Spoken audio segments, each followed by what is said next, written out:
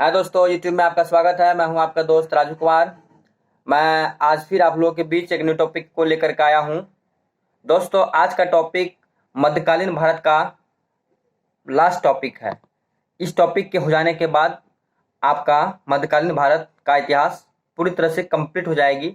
आप मेरे प्रत्येक वीडियो को देखें और फिर बुक पढ़े, आपको आसानी से सब कुछ समझ में आ जाएगी। दोस्तों, आइए आ जाते हैं आपके अपने टॉपिक के ऊपर। अपने टॉपिक के ऊपर आने से पहले मैं दोस्तों बता दूं आपको, अगर अभी तक आपने मेरे चैनल को सब्सक्राइब नहीं किए हैं तो मेरे चैनल को सब्सक्राइब करें और बेल आइकन के बटन को दबा दें ताकि मेरे हर वीडियो का नोटिफिकेशन आप तक आसानी से पहुंच सके। दोस्तों, आइए बात करते हैं अपने टॉपिक के ऊपर। आज का टॉपिक है सैयद वंश प्लस लोधी वंश। ये लास्ट टॉपिक है दोस्तों। इसके बाद आप आसानी से मध्यकालीन भारत समझ सकते हो। तो सैयद वंश के बारे में बात करें दोस्तों, ये कोई काफी बड़ी वंश रही नहीं। कोई शासक जो शासक हुए इसके, वो कोई योग्य ही नहीं थे। फिर भी मैं बता दूं आपको दोस्तों, सैयद वंश के जो संस्थापक हैं उनको खिज्र खां को माना जाता है दोस्तों।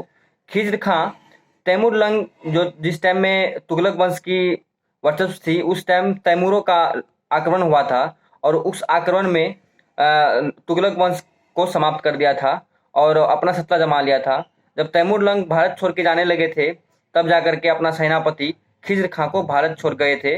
कुछ 3 प्रदेश के शासक के रूप में नियुक्त कर गए थे। तो वो एक वंश की स्थापना किया जिसको सैयद वंश कहते हैं और इसके संस्थापक खिज्र खां को कहा जाता है। खिज्र खां दोस्तों, वो जो भी वहां से टैक्स कलेक्ट करते थे या अन्य राशि कहीं से कोई सोर्सेस से आती थी, वो तैमूर लंग के पुत्र शाहरुख को नियमित रूप से प्रत्येक वर्ष भेजा करते थे टैक्स के रूप में, ताकि ये यहाँ पे शासन कर पाए। दोस्तों, खिज्र खां काफी दिनों तक कर नहीं पाए क्योंकि सैयद वंश का जो शासनकाल है 1414 से लेके 1451 ईस्वी तक का रहा है। इसमें 1414 में पद पे आता है, शासक के रूप में आता है खिज्र खां, और 20 मई 1421 ईस्वी को इसकी मृत्यु हो जाती है और इसका पुत्र आता है मुबारक खां, जो मुबारक शाह के नाम से भी जाना जाता है। ये भी कोई मुबारकाबाद का नामक स्थापना मुबारक शाह के द्वारा ही किया गया था। ये भी कोई काफी विशेष रूप से कोई काम नहीं किया। इसके बारे में इतिहासकारों ने कुछ भी नहीं बताया है, क्योंकि बताया उसी के बारे में जाता है, इतिहास उसी के बारे में लिखा जाता है जो कुछ कर गए हैं, उसको इतिहास याद करते हैं। मुबारक शाह कोई काफी योग्य शासक नहीं थे। कुछ दिन शासन कर पाए, फिर जाकर के इस प्रकार से सैयद वंश के अंतिम शासक के रूप में आलम खां आता है, जिसको आलम शाह भी कहते हैं।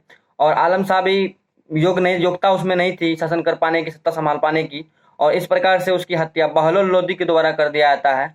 और बहलोल लोदी हत्या करने के बाद एक नई वंश की स्थापना करती है जिसको कहते हैं लोदी वंश। दोस्तों, सैयद वंश कंप्लीट होगी, अब आते हैं हम लोग लोदी वंश पे। तो लोदी वंश का संस्थापक बहलोल लोदी कहा जाता है दोस्तों।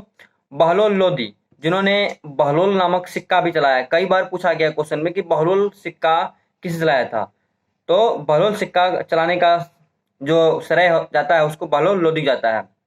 दोस्तों, बहलोल लोदी ही एकमात्र ऐसा शासक था जिसने अपने जब जब भी कभी वो अपने दरबार में आते थे, अपने जो उसके सरदारों हुआ करते थे, उसके सरदार जब तक खड़ा रहते थे तब तक वो खुद भी खड़ा रहते थे। ऐसा नहीं था कि सरदार अगर खड़े हो अपना बैठ जाए, उसमें एक अलग क्वालिटी की गुण थी। और दोस्तों, बहलोल लोदी जो दोस्तों अपने सरदारों को मकसद ए अली कह करके पुकारते थे। तो ज्यादा दिन तक शासन नहीं कर पाते हैं बहलोल लोदी भी, और बहलोल लोदी 1451 ईस्वी में सत्ता पे आते हैं और 1491 से लेके 1489 तक रह पाते हैं। 1489 ईस्वी में इसकी मृत्यु हो जाती है। मृत्यु के पश्चात इसके पुत्र निजाम खां आते हैं। निजाम खां सिंहासन पर बैठने के समय मतलब कि एक तरह से उपाधि लेता है सिकंदर शाह, जिसको सिकंदर लोदी भी कहते हैं। क्योंकि वंश था लोदी इसलिए लगाया लोदी। सिकंदर लोदी के नाम से वो सिंहासन पर बैठता है, और सिकंदर लोदी ही है दोस्तों जिन्होंने 1505 ईस्वी में आगरा का स्थापना किया। सिकंदर लोदी दोस्तों कुछ अच्छे भी किए तो कुछ खराब, कुछ गंदे भी काम किए हैं। जैसे कि वो हिंदुओं के प्रति काफी क्रूर माने जाते हैं, क्योंकि इतना घिनौना काम किए थे। एक बार दोस्तों सिकंदर शाह जो थे, सिकंदर लोदी जो थे, वो नागरकोट में स्थित ज्वालामुखी मंदिर को तोड़वा दिया था। उसके अंदर जो मूर्ति थी उनको भी तोड़वा दिया था। तोड़वाने के बाद उस मंदिर के जो छोटे छोटे टुकड़े हुए थे वो कसाईयों को दे दिया था। कसाईयों मतलब वो जो मांस खस्सी बकरी काट करके बेचते हैं, उसको दे दिया था ताकि वो मांस तोड़ के बेच सके। इतने घिनौन प्रवृत्ति के आदमी थे सिकंदर लोदी। और दोस्तों सिकंदर लोदी ये एक ऐसा शासक था जो कि गुलरुखी से शीर्षक से ही फारसी में एक कविता का लेखन किया था सिकंदर लोदी। इसकी काफी भूमिका नहीं रह पाई इस वंश को चलाने में, तो अंतिम में इसको गले की बीमारी हो जाती है और गले की बीमारी होने के कारण इसकी मृत्यु 1517 ईस्वी में हो जाती है। इसके मृत्यु के पश्चात इसके पुत्र आते हैं इब्राहिम शाह, जिसको कि इब्राहिम लोदी के नाम से जानते हैं। आप लोग जानते ही होंगे इब्राहिम लोदी वर्सेस बाबर, जिसमें कि पानीपत की प्रथम लड़ाई होती है।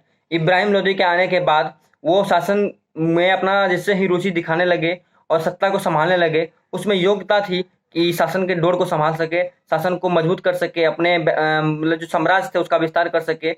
उसकी ये सब रणनीति को देखते हुए उसके चाचा थे आलम खां लोदी, उससे बर्दाश्त नहीं होता था। वो काफी इनसे जलते थे कि अब सत्ता जमा लेंगे तो मेरे जो वंशज होंगे सब दिन इसके गुलाम बन के ही रहेंगे।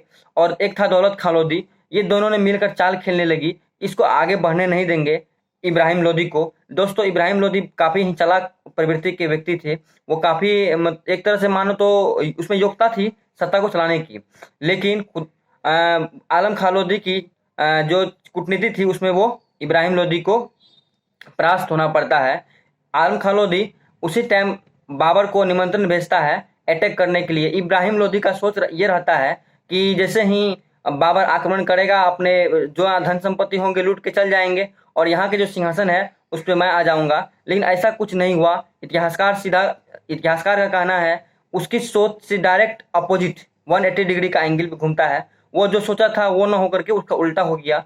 और बाबर को आमंत्रण जाने के बाद बाबर आता है और आक्रमण भी करता है पानीपत के मैदान में। और पानीपत का प्रथम लड़ाई होता है इब्राहिम लोदी और बाबर के बीच में 21 अप्रैल 1526 ईस्वी में, और जिसमें कि इसमें इब्राहिम लोदी की बुरी तरह से पराजित हो जाता है और बाबर अपना सत्ता बागडोर संभालने में कामयाब होता है। जो कि उस टाइम इब्राहिम लोदी के पास भारी मात्रा में सेना थी, जबकि बाबर के पास उसकी तुलना में कहे तो 1/4 की थी। अगर 4 भाग की टुकड़ी करते तो 1 भाग भी ना आता बाबर का सेना, लेकिन फिर भी बाबर की विजय हुई और बाबर इस तरह से अपना सत्ता जमाने में सफल हो पाया। और बाबर एक वंश की स्थापना किया जिसको कहते हैं मुगल वंश। दोस्तों मैंने मुगल वंश के बारे में आपको 6 मुगल वंश के बारे में कंप्लीट मैंने पढ़ा दिया और दिल्ली सल्तनत के बारे में भी कंप्लीट हो गया। दोस्तों आज आपका मध्यकालीन भारत का इतिहास पूरी तरह से कंप्लीट हो गई।